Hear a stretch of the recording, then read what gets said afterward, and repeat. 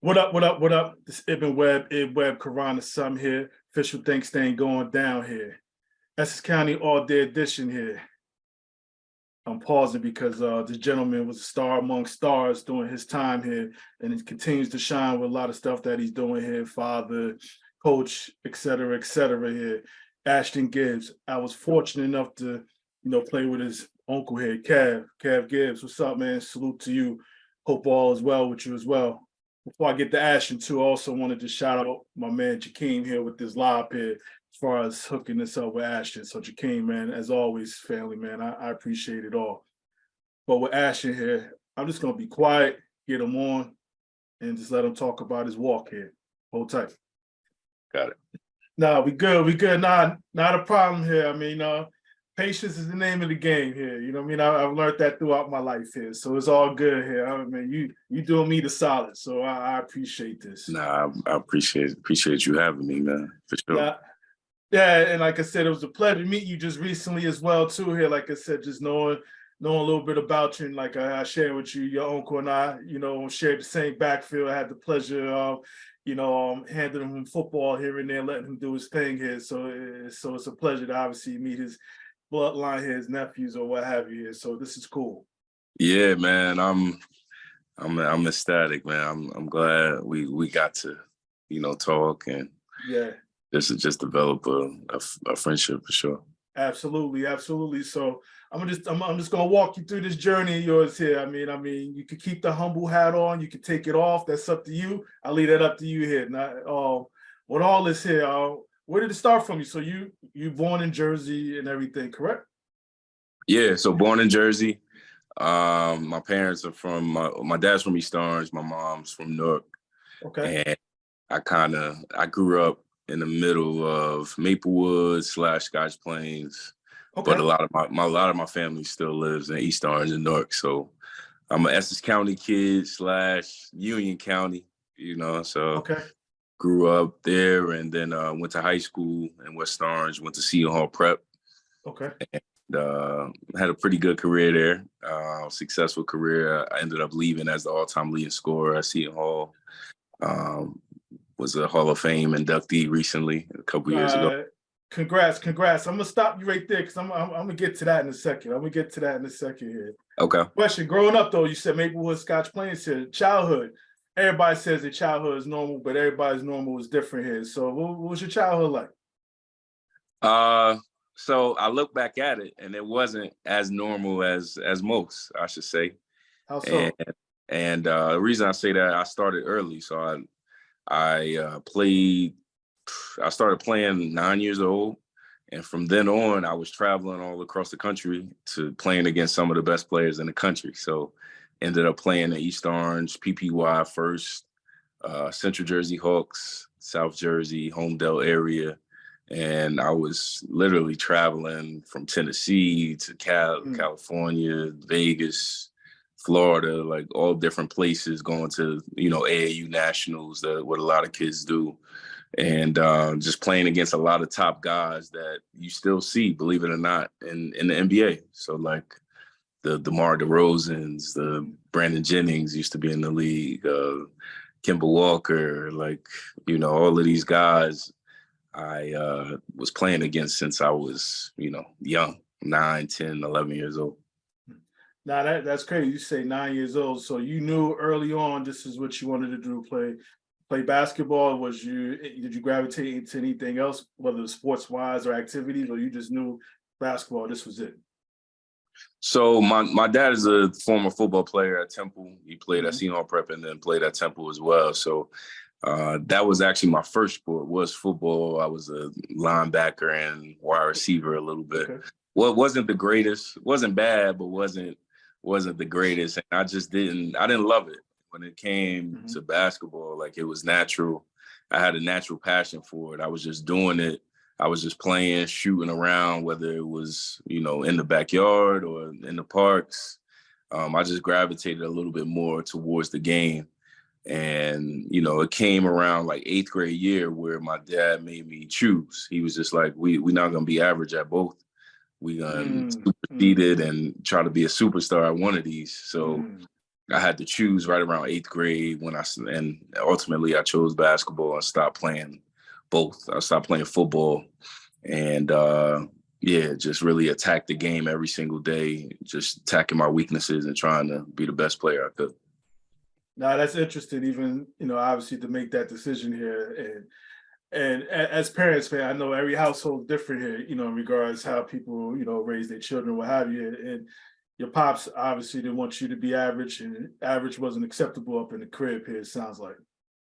Nah, not at all. And it sounds crazy now, but it was just specific. It was just a certain standard that we had that I could tell my friends didn't have.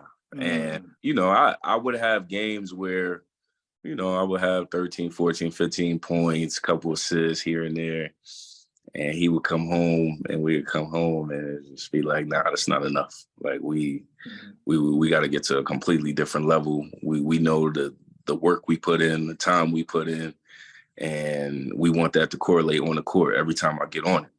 So when it came to specific standards, whether I was playing against low-level guys or whether I was playing against the best of the best, it was go out there and to reach that specific standard. And we were living up to it, I would say, out of the game situation in terms of my practice habits. It was an everyday thing. I was very, very consistent in my work, getting a certain number of shots up every day, working on my body, making sure I was in the right condition. So when it came to gameplay, like the standard is the standard ultimately. And we had a specific way we were going to do things. And he didn't let me, he definitely didn't let me lack when it came to that.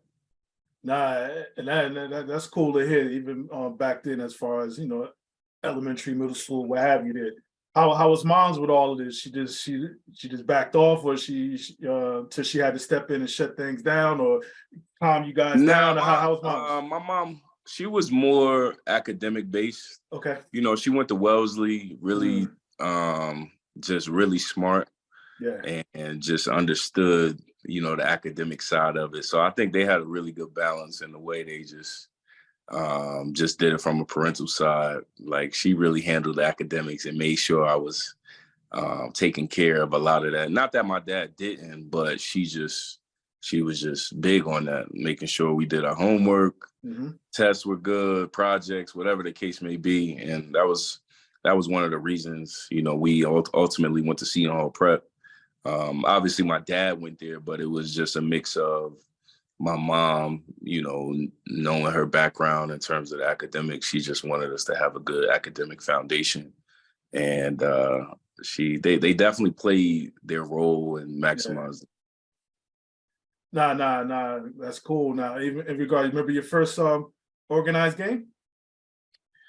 You played thousands of basketball games. I don't really remember. My first organized was probably, I just remember going to East Orange, and I was living around that time. I was living in Scotch Plains. So yeah, we were living in Scotch Plains, but I used to every Saturday I would go to East Orange High School, Clifford Scott, East Orange High School. And they would have these PPY, called the PPY workouts. Yeah. And I used to be nervous because I didn't know, where my level was. And at that time, East Orange North, they had a lot of good players, especially at the young age that I was playing. I was around 9, 10 years old. And I was definitely nervous. I went out and, played as hard as I could, but initially I was kind of getting killed initially. And then day by day, that just built a specific grind. It built the edge with me to just keep getting better, keep getting tougher. If anything, that's what, gave me my toughness as I got older. So just playing against tough-minded, youngins at that age. And I just kept it going from there. But initially, I wasn't a great player. I had to grow into my skill set for sure. Yeah. And even growing into it, I mean, you also had some help in the house here because you wound up being the oldest sibling group, actually a group of 3 here, you being the oldest here. So I'm sure you had some help here as far as some guidance and making sure you was on point. Oh yeah, for sure. Two younger brothers that we all played all 3 years apart. So you can only imagine the battles we had in the backyard and competing at everything. Didn't matter if we were playing Connect Four or if we were in the backyard just playing one-on-one. So I think I definitely set the foundation. Well, my dad set the foundation, but I just tried to continue it and made sure I was a good example that I was setting for my brothers, and they follow suit even more than they're still playing to this day. But I just think at a young age, man, they saw what I was doing and they just wanted to take that to a completely different level, and that's what they did. Now you mentioned Seton Hall here. Was it like no debating, no questions asked? That's where you go into high school, or did you want to go somewhere else? Was any thought to doing anything else as far as high school wise? No, I was looking at every other school. I was looking at, the St. Patrick's. I was looking at St. Anthony's. They were big time at that time. St. Joe's Metuchen isn't far from where I was living. They were pretty good. And some New York teams, to be honest. Like I was looking at, the Rices and the St. Ray. Because at that time, right around middle school, I was playing in New York almost every week, I should say. I was playing AAU with New Heights. I played with Team Next, played with a lot of New York AAU teams. So with that, some people thought I was actually going to go to high school in New York. So it was definitely, it was a tough decision. But like I said, like my mom ultimately made that in terms of the academic piece. And my dad going to Seton Hall made it a little easier for me. And about to spill over to the Seton Hall stuff here, but I want to ask, you talk about all the traveling and just being young. How important was those car rides? I mean, whether it was you played good, you played bad, or just listening to whether it's mom or dad, just the bonding and everything here. I mean, I'm sure like just being all over the place here, even being young here, looking back, like, wow, like that was those times you can't get back. Yeah, you look back at it and the time flies. And those are the times I miss the most, probably, is like spending time, with the family, on those long car rides. And those are the times like we obviously get closer and spend a lot of time together, not even, obviously through basketball, but just off the court as well. Like you kind of take that for granted when you're going on these AAU trips. It's almost like glorified vacations at times, just because everybody's, spending so much time together and breaking bread and just talking and fellowshipping ultimately. So something I definitely miss. But, as you get older, the game of basketball, it becomes a business.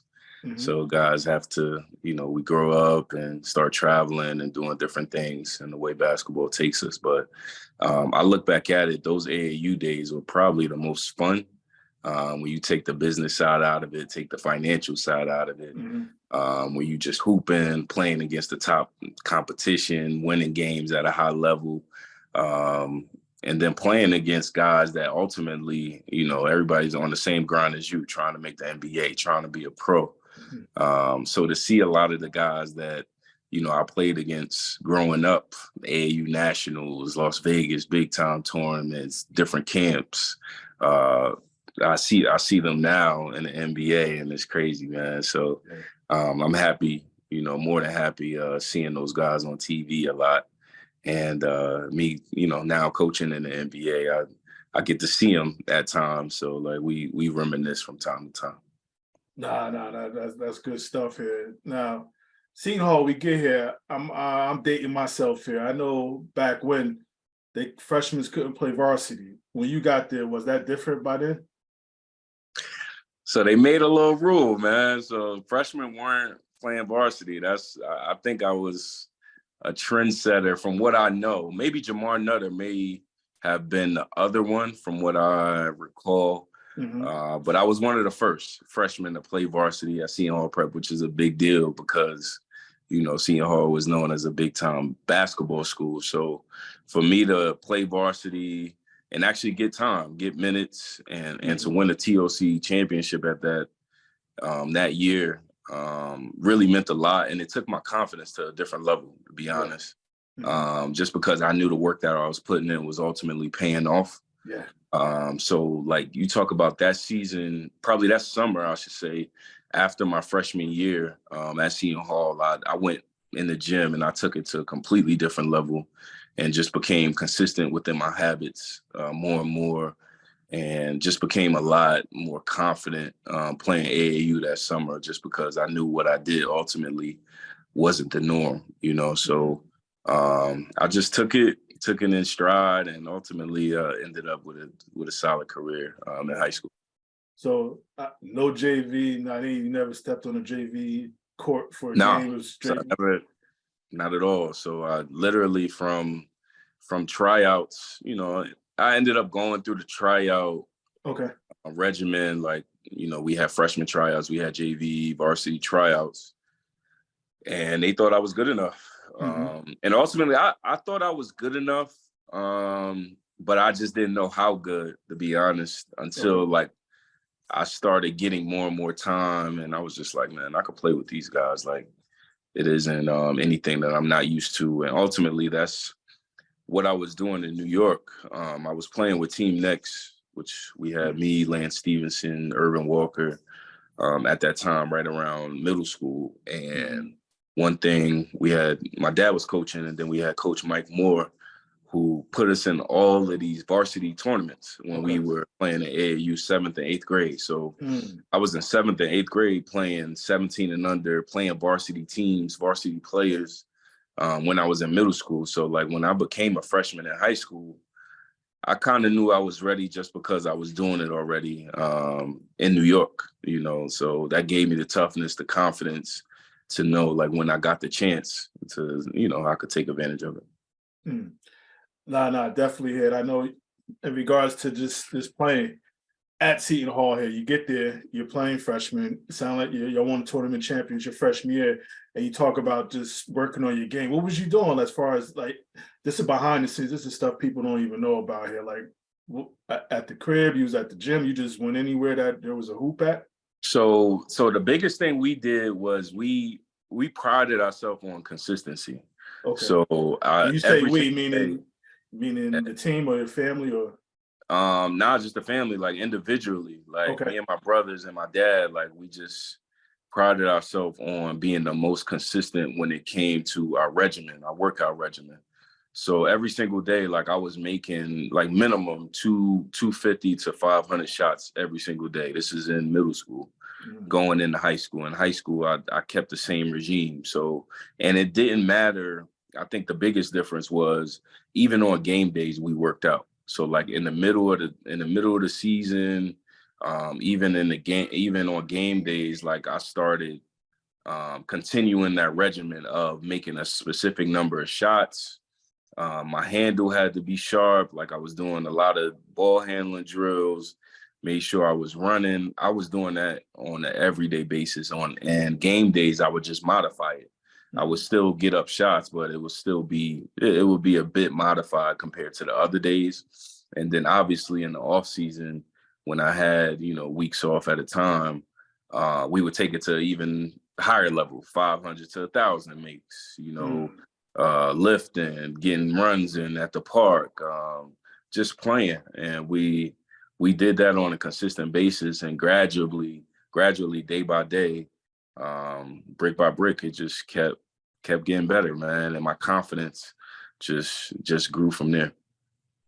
When did you start to this? It sounds like obviously the consistency was there, you know, practicing in there. When did you start to just see it like, you know what, I could take this somewhere, whether it was college or whether, you know, even beyond college? When did you start to see? You saw it like middle school, I would high say, school? believe it or not, I would say middle school. Right around 7th, 8th grade, I was considered like a top 10, top 20 player in the country. And I think the reason that was I was playing 17 and under. I was playing with the players. I was playing with Earl Clark, Gerald Henderson, Wayne Ellington. Like I had specific tournaments that I was playing with those guys. Shout out to Jimmy Salmon. Like he's a Backlit guy, backlit coach, of course. Yeah. So I mean, Jimmy was definitely a catalyst as well in my development and just letting me play up and playing with older guys at a young age, man. And I did that, and it only helped my confidence once I got to that high school level. But I think playing with those guys, and like I said, playing against those varsity 17 and under guys at a young age, like I thought I could take it somewhere. So, and I started to get the notoriety. Obviously, the media started paying attention a bit more, and my confidence just grew internally, man. I was just, I was confident at that time, and I wanted to go somewhere high school wise where I could play right away, and I thought Seton Hall was that. And with that being said, tournament of champions freshman year, where do you go from there? The rest of the 3 years, so, as far as that goes, team wise. So yeah, my sophomore year ended up still being a really good year. We made it to the tournament of champions. We just didn't win it. We lost to St. Pat's. We lost to St. Patrick's. Really good team. Corey Fisher, Jeff Robinson, all of those guys. I think they had Dexter Strickland at that time, who was a young up-and-coming player. And we ended up, losing in the tournament of champions. But I had a really good year. My junior year was the same way. I'm pretty sure we lost to St. Pat's that year as well. Like, they were loaded. And these were teams that St. Pat's was, now Kevin Boyle coaching Montverde. He had missed a step. We talk about a top 5, top 10 team every year. So I was able to play against some of the best competition, not only in my state, but, Jersey basketball nationally, it's a thing, so ended up just having really good sophomore, junior, and senior year. Ended up being an all-time leading scorer at Seton Hall, and just prided myself on consistency, as I was talking about, and that led me to University of Pittsburgh. Even before getting to pick, a couple of things. One, as far as county championships, how many did you win during that time? I think I have 2. I want to say, my freshman year, my junior year. I have 2 counties. Okay. 1 TOC, 2 or 3. I may have 3. I can't even remember right now. I may have 3 counties. Okay. But the TOC is ultimately what I was about, right, man. Absolutely. I have a couple. I know I have 3 parochial state championships that took us to the tournament of champions, and I want to say 2 counties. So I know my senior year we lost to Science. I didn't play well at all. They had a really good team. Yeah. Kenny Ortiz and those guys, they kind of locked me up that game. They played well, and my junior year, Bloomfield Tech was Deshaun Butler, Kasim Drummond, and those guys too, RJ Hall. So ultimately, Jersey, I look back at it, man, Jersey basketball around that time, I don't want to sound like the old guy who is bashing like the young guys now, but Jersey basketball at that time, you talk about every Catholic school team, every prep team in terms of the Blair Academy, St. Benedict's, all those guys, and then public school, like North Eastside with Corey Chandler, Weekway with Keon Lawrence, RP Keon. Yeah, definitely. The public schools are really, really good at that time. Everybody had a top-notch guy that was either a high-level D1 guy or high-level D2, in my opinion. So top to bottom, I don't think you could beat it at that time, talent-wise. And that wasn't even just statewide, but nationally, it was a thing. Everybody knew that Jersey always had a certain number of players and a certain number of teams that were going to be big time. No, most definitely, and it's been like that for quite a long time as well, too. Junior year, you talked about the summer, the AAU runs. Junior year, obviously, coming into your senior year, you got some decisions to make. You got these AAU tournaments. Obviously, there's coaches coming through. What's that? Northfield Avenue, I believe. See how prep is? Yep. My memory serves me right. Yeah. So you got coaches coming through, everything. So what's your mindset back then, if you can recall, this whole recruiting process, ultimately before deciding to go to Pitt? So the recruiting process was a little crazy for me because I got my first offer in 8th grade from Rutgers. So it started really early for me. Rutgers was recruiting me really hard. It's 20, 25 minutes from my house. and I was going to their games. They weren't great, but they weren't bad, and they had a good coach. It was Gary Waters, ended up being Fred Hill after a while, and year by year, I just started getting more and more interest as I was doing well on the high school circuit and AAU circuit. So, the UConns, the Villanovas, Georgetowns, so a lot of the Big East schools, and then I had South Carolina and the SEC, Miami and the ACC. So it was scattered. It was everywhere. But ultimately, I wanted to choose a similar decision on how I made my high school decision. Okay. So wanted to have a school that had a good balance of academics and athletics ultimately. And, my mom was definitely a big part of that. Obviously, my dad within the basketball realm. And I ended up choosing Pitt over Georgetown, believe it or not. And I did that because more so Brandon Knight was like a brother to me. He went to see on prep from East Orange. And, the Knight family was like family to us. And I just felt comfort. I felt comfortable. I wanted to get away from Jersey a little bit. And Pitt at that time was one of the top teams in the Big East. So I just wanted to really go to a program that was winning at a high level. Academic piece was there. And I knew I could play right away. Going into their system, and Brandon was there to just make sure I was good on and off the court. So University of Pittsburgh here, we got the Cathedral in the Big East. Yeah. Yes, so you're there. Obviously, just going into it here, and again, though you travel and been places, you spent time away probably from home because of basketball, what have you, but it's still a little different when you're actually somewhere settled, trying to settle in. You're on your own this time. It ain't just a weekend trip or a week tournament here. Like, how was that transition ultimately, just whether it's basketball wise or even socially? It was initially it was tough. I'll be honest, and just being away from home, being away from my family, it was a lot of, I would say, lonely nights initially. But the good thing was I actually had freshmen, like we all came in together, was Trey Woodall from St. Anthony's. He's from Jersey, and I've known him since I was in 6th grade. Nasir Robinson came from the Philly, Chester area. And we also had Dwight Miller. He was Bahamian. He came from the Bahamas, but he played in Texas. So we all became brothers. Like we had a 08. We called it 08. We had a little clique that we had, and we just stuck together. We went everywhere together, especially me and Trey, as freshmen, both being from Jersey and just knowing each other. So that made it a little easier. I just had to really work my way into time management just because always something to do.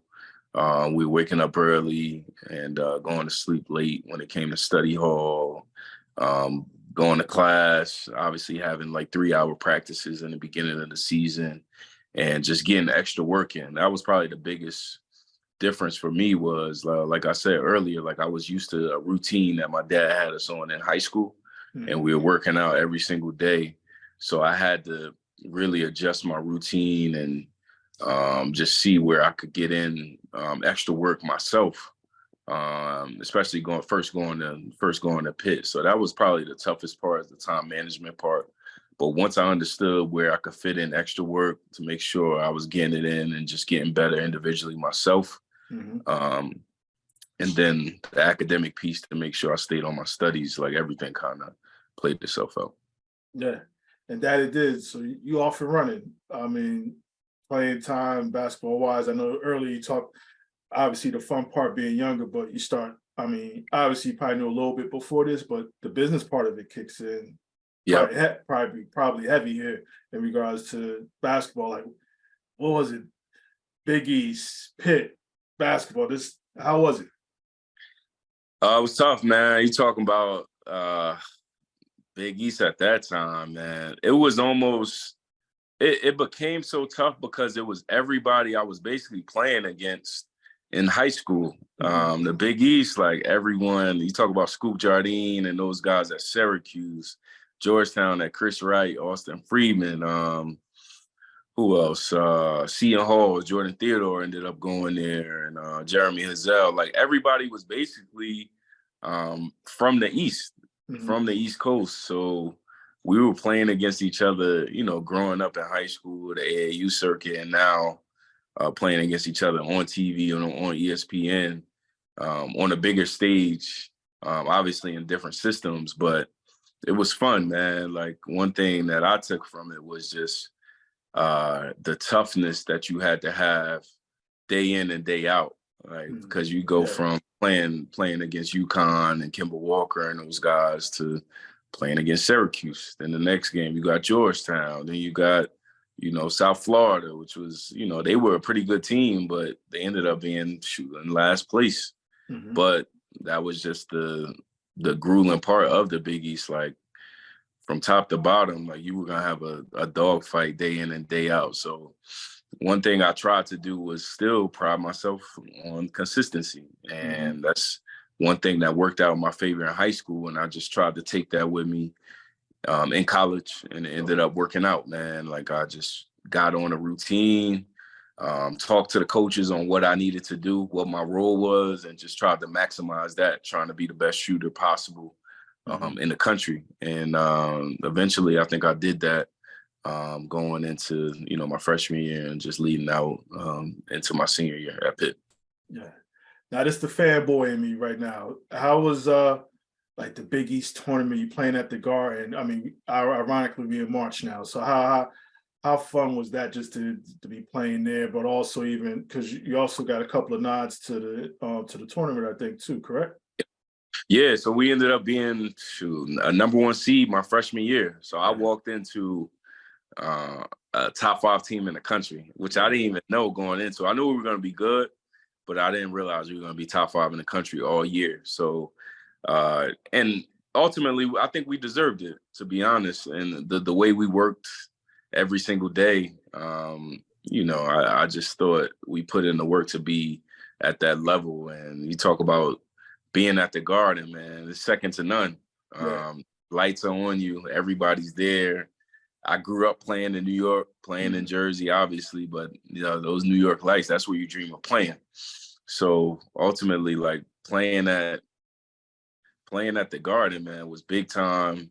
And I just thought, like, I had to take advantage of it, because this is what I worked for all along. And I just, anytime I played at the Garden, bright lights, I just made sure I was locked in. And I got lucky, man. I played well at the Garden, man. And anytime I played there, I ended up having some big games. So I was excited, and I tried to pride myself on that too, like those big games to show up. That's right. And under those bright lights, the best come to play and show out. Nah, no doubt, man. And I know from the all Big East teams to everything else here, how was it just sitting on those Sundays, on those selection Sundays? I mean, was it nerve-wracking, or was it just kind of like, hey, we get in and we're gonna do what we do? Believe it or not, like, it was a little nerve-wracking, but we ultimately were a number 1 seed, so we knew we were gonna be in the tournament. We took a completely different mindset into a business approach, man. I thought that team we had almost every year at Pitt, and it started with Jamie Dixon. Like, we had a business approach about everything, and we weren't scared of anybody. We had a certain type of toughness that we brought. But that ultimately came from our practice habits. Like, every single day, it was a dogfight in practice. It almost made the games even easier. So, me and Trey, Levance Fields, I walked in, he was the starting point guard, man. And he pushed us. Sam Young was unbelievable, and his work habits and just consistency of just building everything from time to time. Like, that's basically like who I walked in trying to emulate, was those guys, Sam Young, Levance, all of those guys. So they were great role models, and ultimately, like, we did well. My first year, we ended up making the Elite Eight, so it was good enough. Yeah. Did you ever think about leaving early? Yeah, so my junior year, man, I look back at it, hindsight is 2020. My junior year, I had a really good junior year. We were number 1 in the country, number 1 seed, top 5 all year, I should say. and I ended up shooting 49% from three. I was averaging around 16, 17 points. You know, that was the year of the cardiac Kimba shot, but I ended up playing well that game. I had 29. You know, obviously Kimba had the shining moment of the game. They still play that to this day, man. When we crossed your teammate, right? He crossed. That happened to be my roommate, Gary McGee.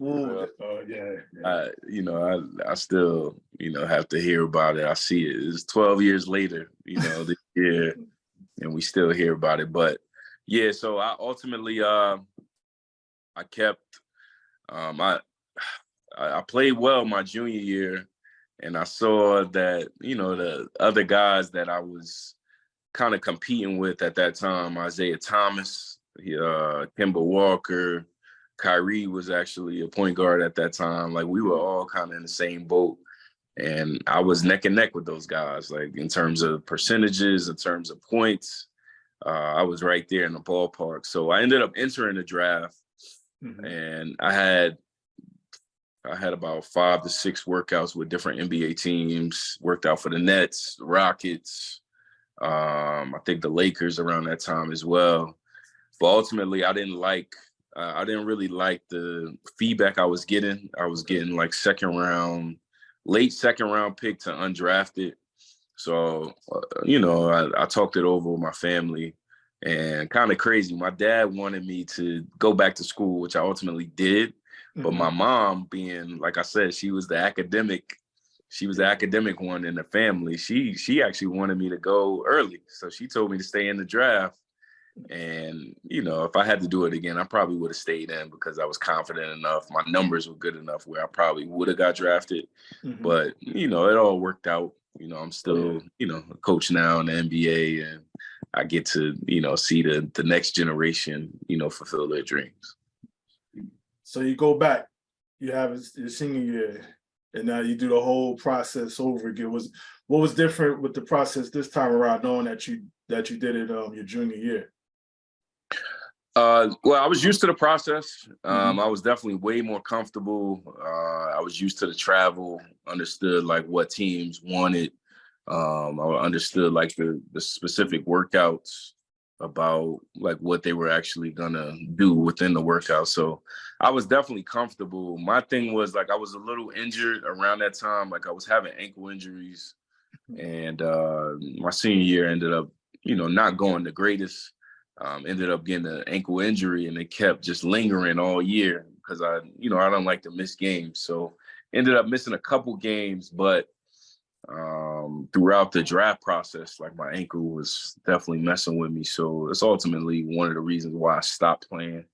But it was a great experience, man. Like, I was able to obviously meet different players, play against all types of players. And yeah, ultimately, like, it was a really good experience. So ended up not getting drafted, but went overseas and played. I was actually in Greece the first year. My first year out, I was actually in Greece, and Giannis was there. So Giannis was in second division in Greek Freak, playing the exact same way. The same way? Same exact way. He was just a lot skinnier, probably 30, 40 pounds, lighter, but pushing the ball, 6'9", guard. And I knew he was going to be good. I didn't know he was going to be this good, but I definitely saw the flashes in him being potentially a superstar if he, just did the work, and, ultimately he superseded that. Yeah. So initially when you went out overseas, it was Greece where you went first?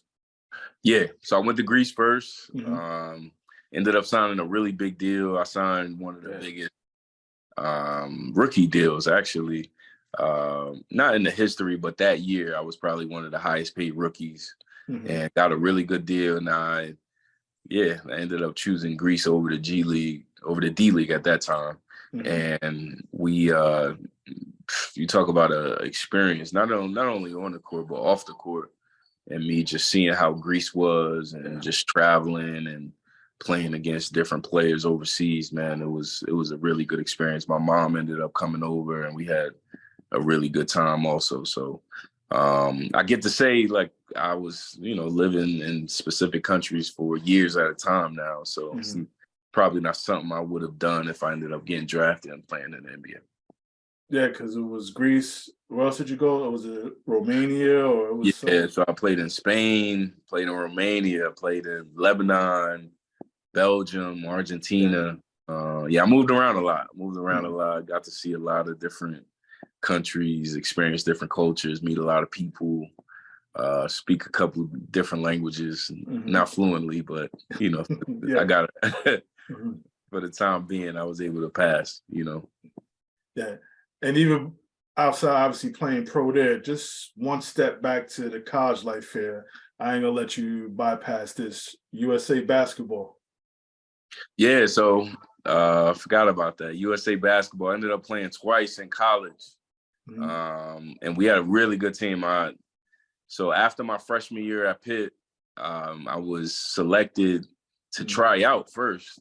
It was about 30 of us. We tried out for the USA team in Colorado Springs at the USA facility. Wow. And man, you talk about an experience, man, like unbelievable. Ended up being a point guard on that team. And people that were just at the tryout were CJ McCollum, Chris Middleton. I think Draymond Green was there. Ultimately, who ended up making the team, it was me, Shelvin Mack, played in the NBA, played at Butler, Seth Curry, obviously still in the NBA, played at Duke, Klay Thompson, a Splash brother, that we obviously didn't know he would, pan out to being an all-time great. Gordon Hayward played on that team. So I played with some big-time players, man, and it was a good experience. We ended up going to New Zealand. Now, who coached that team? Jamie Dixon. So Dixon was the coach. Okay. Brad Stevens was actually an assistant coach. Yeah, I was smelling Butler around. You mentioned two Butler guys. So Yeah, so Brad Stevens ended up being an assistant, and Quanzo Martin was another assistant as well. Okay. And who else? Matt Painter was a part. I played twice, actually. So my senior year, I also played. And so my freshman year was actually Matt Painter. So Matt Painter and Chris Lowry were the assistants. My senior year was Brad Stevens as an assistant as well. So I was around some big time basketball minds, man. So I was able to to soak up that IQ and just being around those guys and see how they approached every day. And it's no surprise that Klay is, Gordon Hayward, those guys are at the level they're at because they had that mentality early on. They were first one in the gym, one of the first in the gym, last one's out, always getting up shots and just being consistent, very consistent and just really good guys to be around. And it's interesting you say that. I mean, I know that's like a saying, throughout just life and people's habits or what have you, but it held true not only to them, but even yourself here, first one in, last one out, like literally, like just how it went down.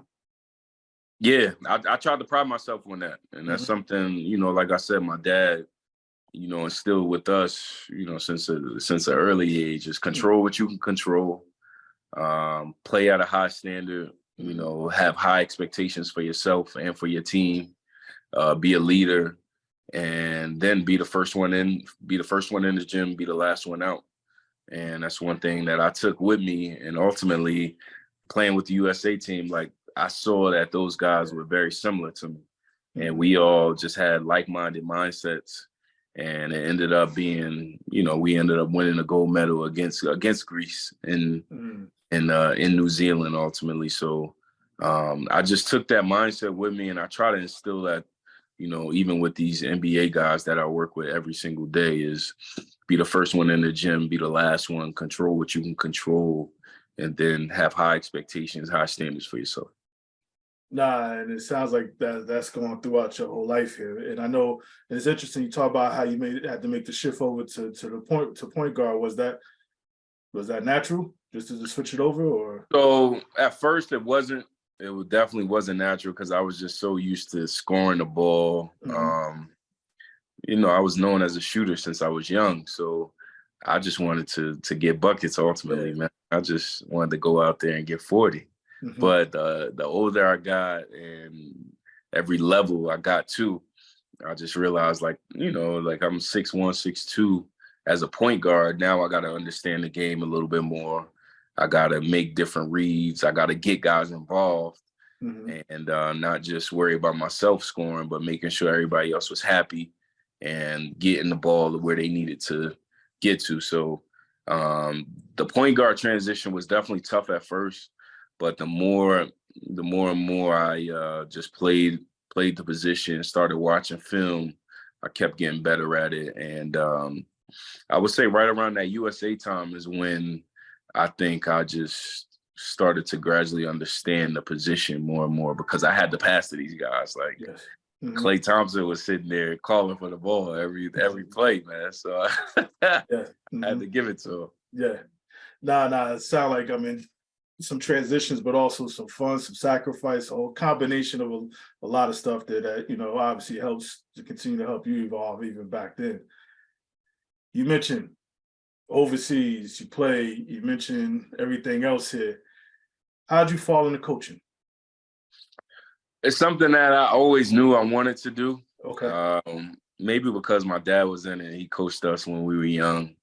But I was just obsessive about the game, man. Like I always wanted to be around the game, and my experiences ultimately were what carried me over into the coaching. I knew I could just be a helping hand to a lot of guys, especially me not really making the NBA, but playing against all of these guys, playing with them at times as well. Like it was something that I thought was my calling ultimately. So it's a passion of mine. It's something that I take very seriously, and I just try to give back to these guys to help fulfill their dreams and do what I didn't do, which was get drafted, get that, franchise contract.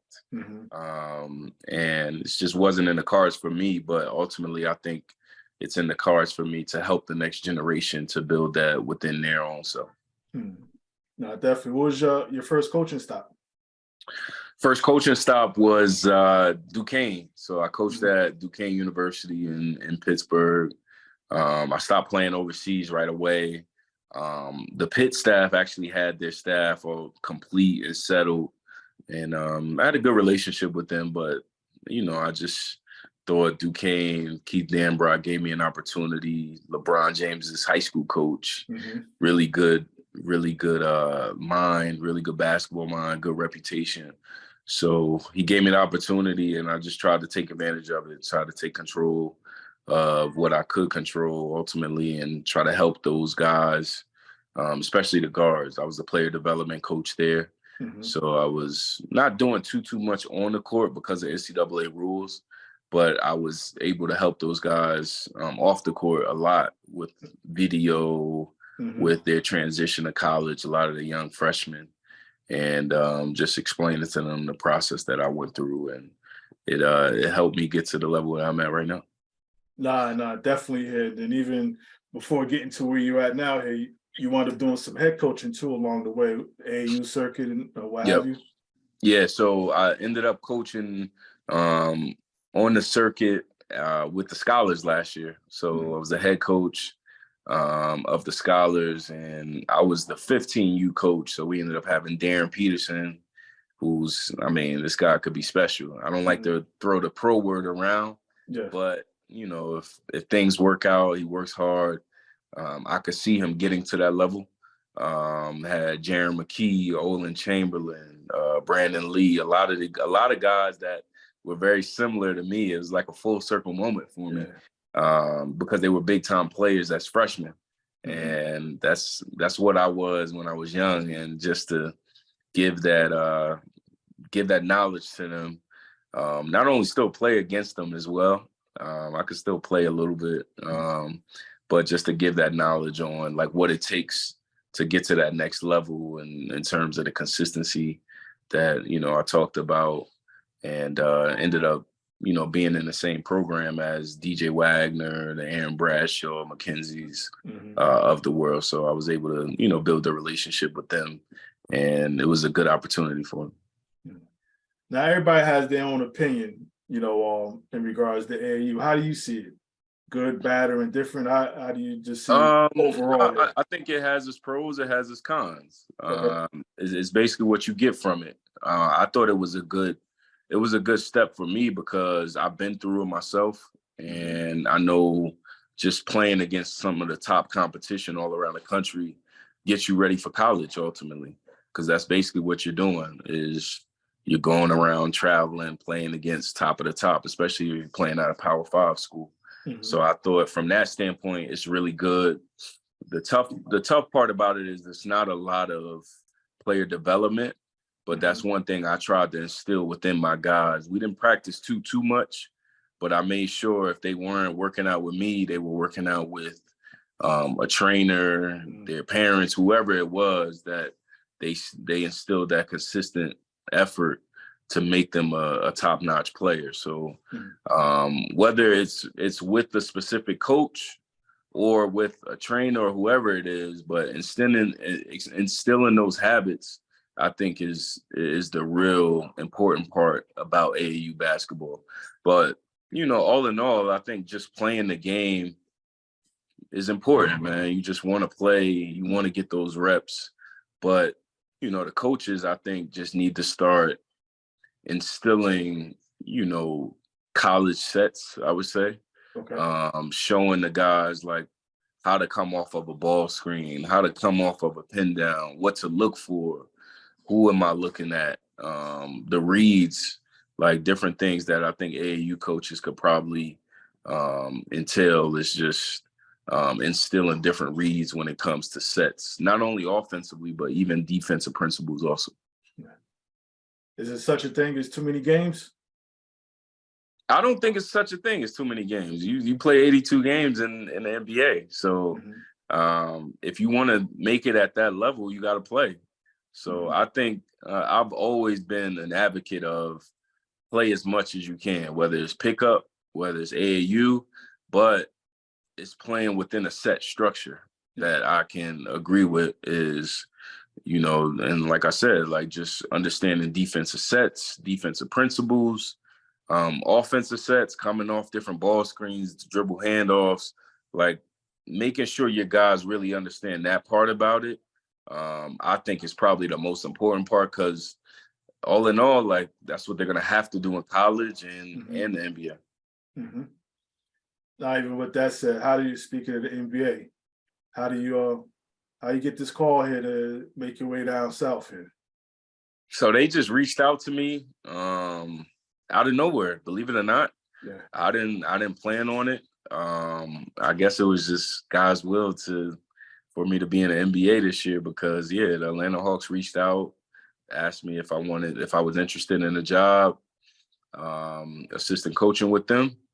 And of course, this is what I'm built for. I think ultimately it ended up not happening as a player, but I think it's even more gratifying being a coach at this level and just trying to get these guys to that second contract ultimately. Like wanting these guys to build habits like we talked about, and nothing really changes. It's still the same concept when you talk about being the most consistent, being the first one in, last one out. And that's me coaching, but trying to instill that within the players about just being consistent and building those habits and getting what you want. Now, you see a difference between when you played versus now, the player now? Oh, for sure. I think if I played now, it's a completely different level, playing just the way the game is played right now. Like I was known as a shooter. So shooting 49%, in the best conference in the country, averaging 16, 17 points. It's hard not to get drafted with those numbers, especially playing at that level against that type of competition as well. So it's probably the Steph Curry and Clay effect, I'm sure. The way the Warriors have built a dynasty. And I look back at it like, I'm like 10 years too late, I guess you could say, in terms of my play style, but just wasn't in the cards. But in the NBA, I don't think people realize like how big these guys are, how strong, and how skilled these guys are. You talk about guys that could just make 20 in a row, 30 in a row from three. Obviously, the 3-point line is even further away.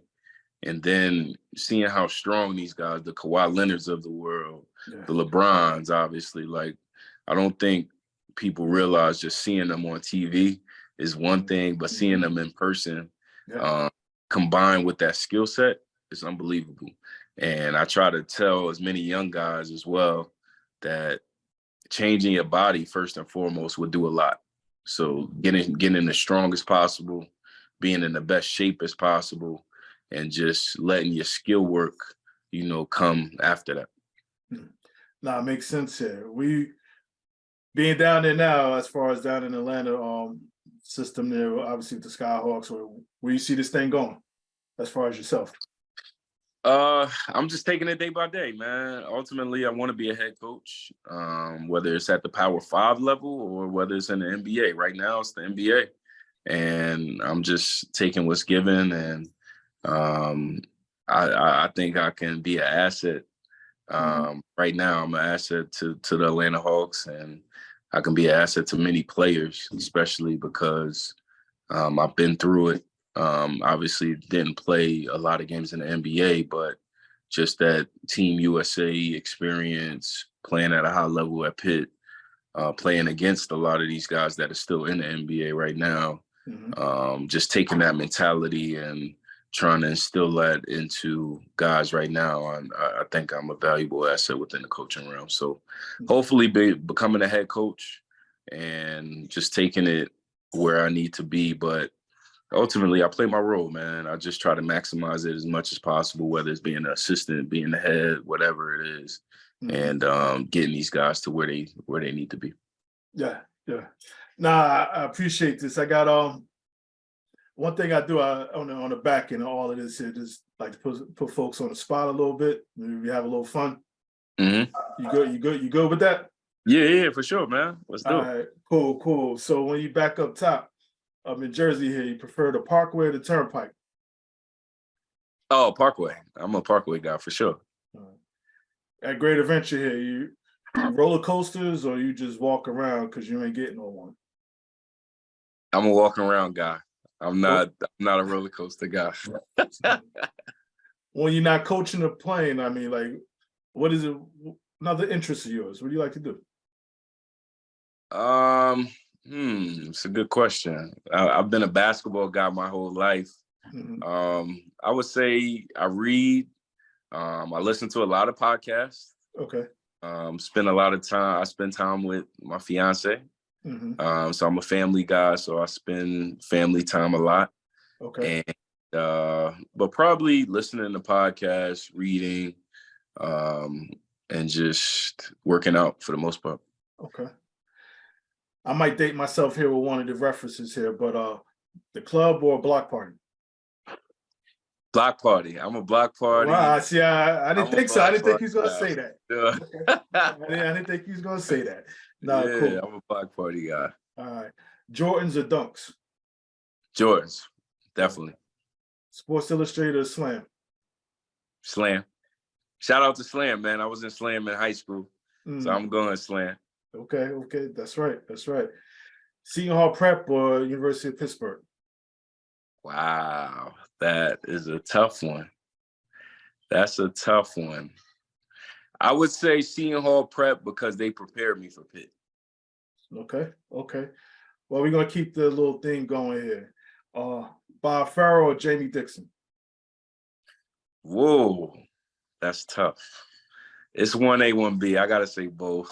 Okay. They both, I won a lot of games with both of them. I won a gold medal with Dixon. Number 1 seed, obviously won a lot of games and championships with Dixon, but also did the same. I got a TOC with Coach Farrell. We still talk to this day. I still talk to both of them.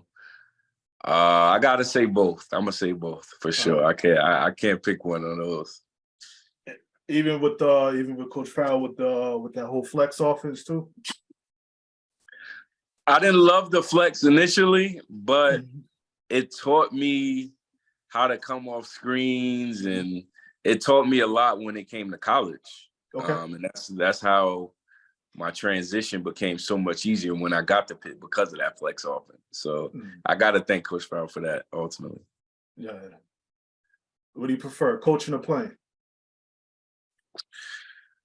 It's a tough one, but I would probably say coaching. It's a lot easier on the body. Yeah.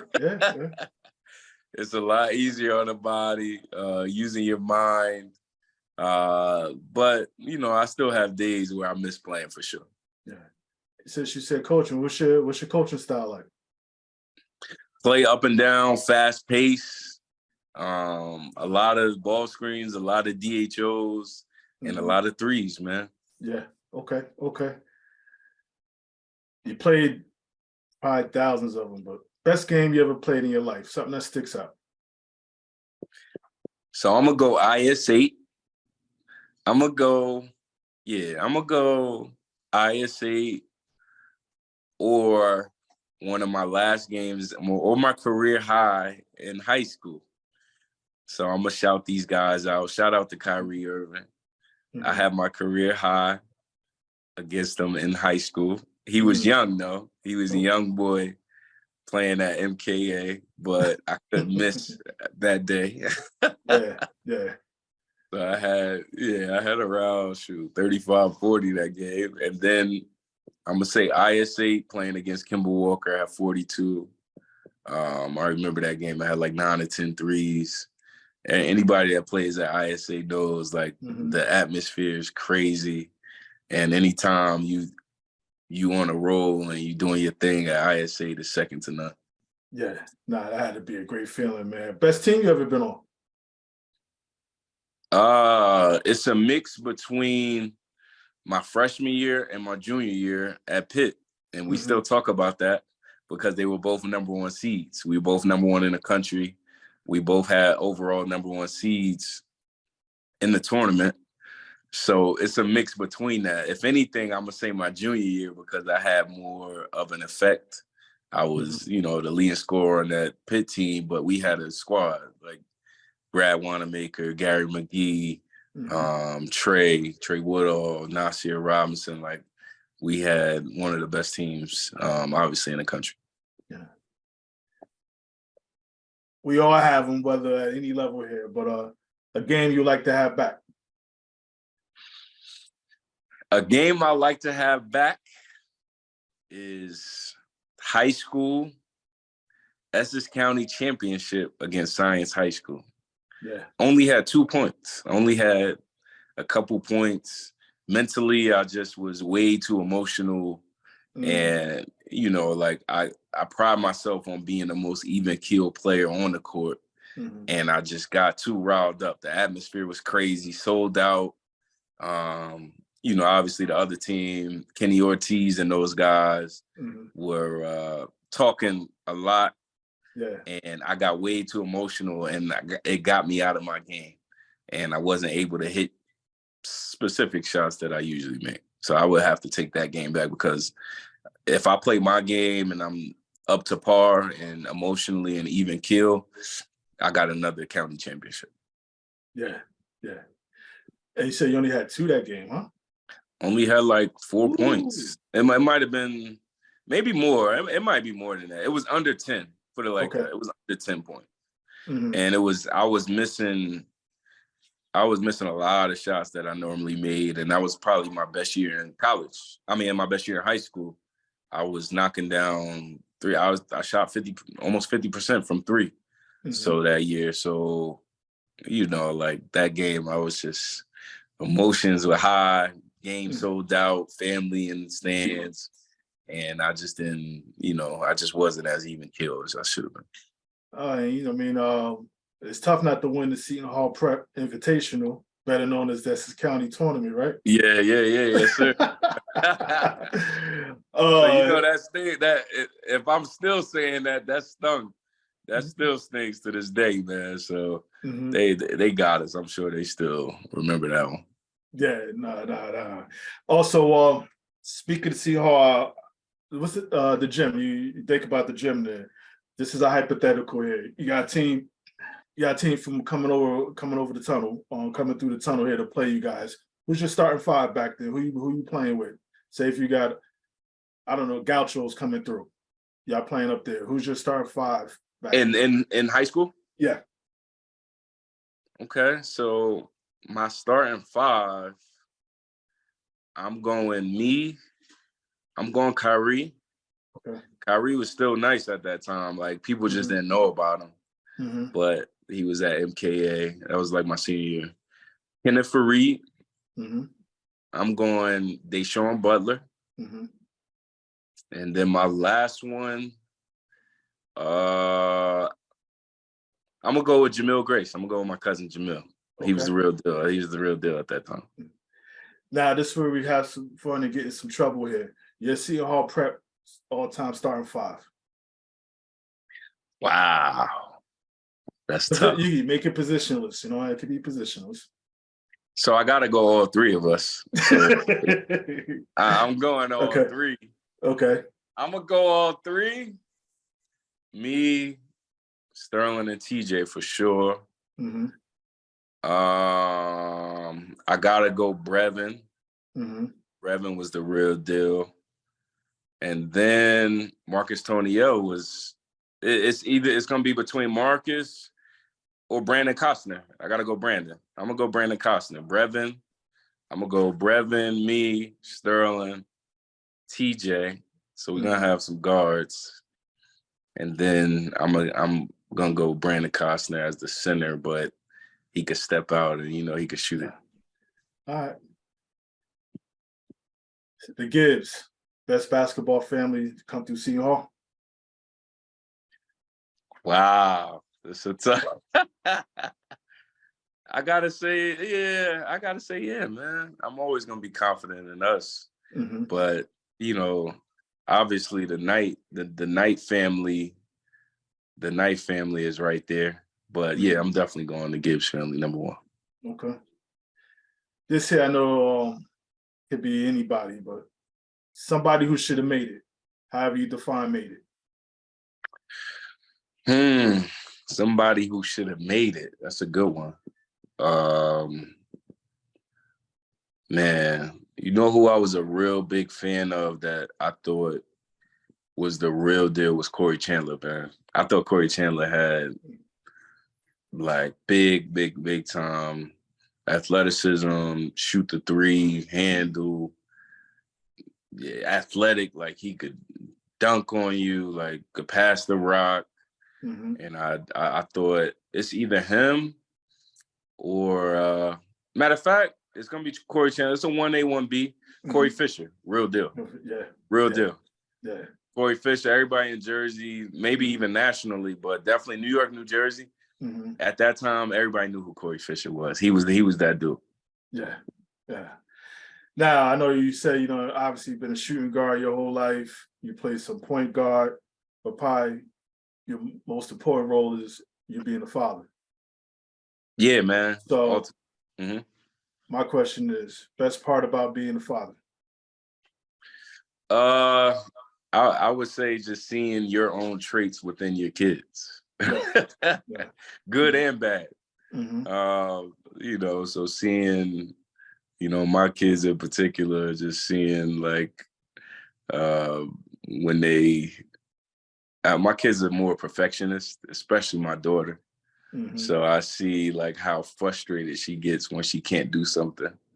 And that's how I used to be. If I wasn't good at something, I'm gonna make sure I, keep practicing until I'm good at it. So I would say just seeing those traits within my kids is hilarious because I just know where they get it from. They know they get Yeah, for sure. Book on your life, what would you call it? I know you got a lot more living to do, but at this point. Book on my life. That's a good question, man. I would say the book on my life. I would say meet me at the 3-point line. And the reason I say that is that's not only basketball wise, but just meeting me where I'm comfortable at. Okay. And obviously on the 3-point line is obviously like, that was my thing. I was a big time 3-point shooter, but it's also it's one of the toughest shots within basketball. So within my ups and downs, I've had some tough times. I've had some ups, I've had some downs, but I fought through it, and I became a really good 3-point shooter because of consistent habits. So I think meeting me at the 3-point line just makes it and just correlates it within the basketball realm, but just the life realm, and the way I was able to handle the ups and the downs through consistency. Nah, good stuff here. Basketball related with the 3 points is, you brought up, it's the most threes you ever hit in the game. 10. Yeah, it was around 10 3-pointers. Wow. In high school, actually. Yeah, in high school. And that was probably that ISA game that I was telling you about. Yeah. Hit 10 threes. I was just knocking it down. I felt like I couldn't miss, man, and kept shooting. Shoot to get hot, shoot to stay hot. That used to be my motto. Okay. So you might have seen your share of boxing ones in your day. Without question. I saw a lot of them, especially in high school, man. Everybody was doing boxing ones. I was frustrated. I was going crazy, man. Yeah. I would have a lot more points if I didn't see some boxing ones, honestly. I would have a lot more points in high school. Nah, that's good stuff here. What advice would you give that 17, 18-year-old Ashton? What advice would you give him now? It sounds cliche, but just don't quit, man. Don't quit, and create a standard for yourself and live and die by that. Create what you want, whatever you think it is. What's my goal? Where do I see myself? And create your habits around that. So every single day, talk to yourself and really look in the mirror and see if you lived up to those standards that you actually create for yourself. And if you didn't, you got to reevaluate it and change your habits and change your ways until you get to that level of excellence. Yeah. And I know you talked about these two early on here. Your parents, what would they say about you? They probably would say I'm really even keel, but passionate at the same time. When I set my mind to something, I'm just one of those guys that's gonna get it, and I try my best to get it. So whatever the goal is, I'm gonna make sure I just really lock in on it and just become consistent in what I need to do to ultimately get it. Yeah. And this one here, get you in some more trouble here. You've been asked this one, so I figure I'll ask too. In you guys' primes, high school primes or what have you, who's the best of the three? I'm gonna exclude your dad and his career, but as far as your siblings here, who's the best out of the three? Well, I'm gonna go myself. I'm always gonna go myself, but Sterling has. I would say something about all three of us. So I'm gonna always go myself just because I'm just that confident as a player. But I would say I was the best shooter, definitely the best shooter. Sterling was the most naturally talented. So you talk about somebody who didn't have to work hard. He's just one of those guys that didn't have to work hard, didn't have to get a certain number of shots. He didn't need like the routine. He didn't really need all of that, especially growing up when we were younger, but could go out and get 40. Like I've seen it multiple times where I'm like, man, this guy don't work out. He just lazy, not really lazy, but he just, like he'll shoot around and then literally the next day get 40. Like never seen anything like it. Wow. Yeah. So Sterling's definitely the most naturally talented. And then TJ just the biggest, most athletic, and probably the feistiest. Like talk crazy. Really, he'll try to get into your head. Physical, and obviously he's 6'4", 200 plus as a point guard. Like, you can't. Yeah. All right. What's on deck for you? So I'm running with this coaching thing, man. Okay. I'm entrepreneur as well. Definitely entrepreneur, but running with the coaching thing, man. I think I just have a lot of knowledge and just the passion I have for basketball. I'm learning a lot at the NBA level right now. So I'm coaching with the Atlanta Hawks as an assistant coach, specifically with their G League team, the College Park Skyhawks. Okay. And learning a lot, man, learning a whole lot in a short period of time, and just trying to take advantage of the situation. So taking it day by day and just trying to build my career from here.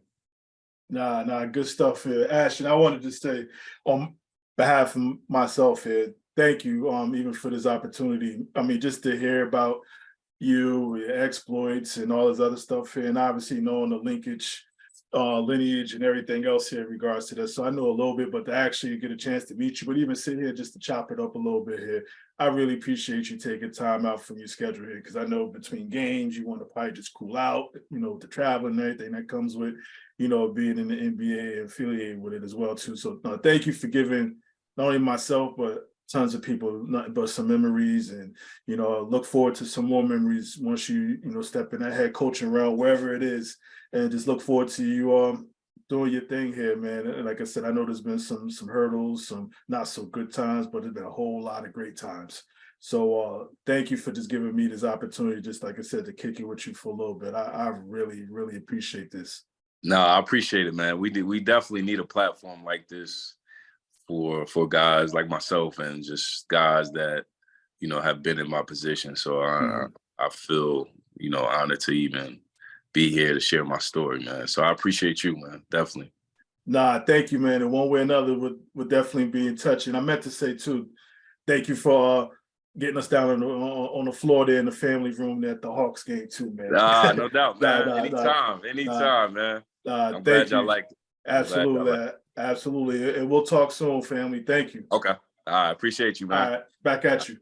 All right. All right. Peace. Good stuff.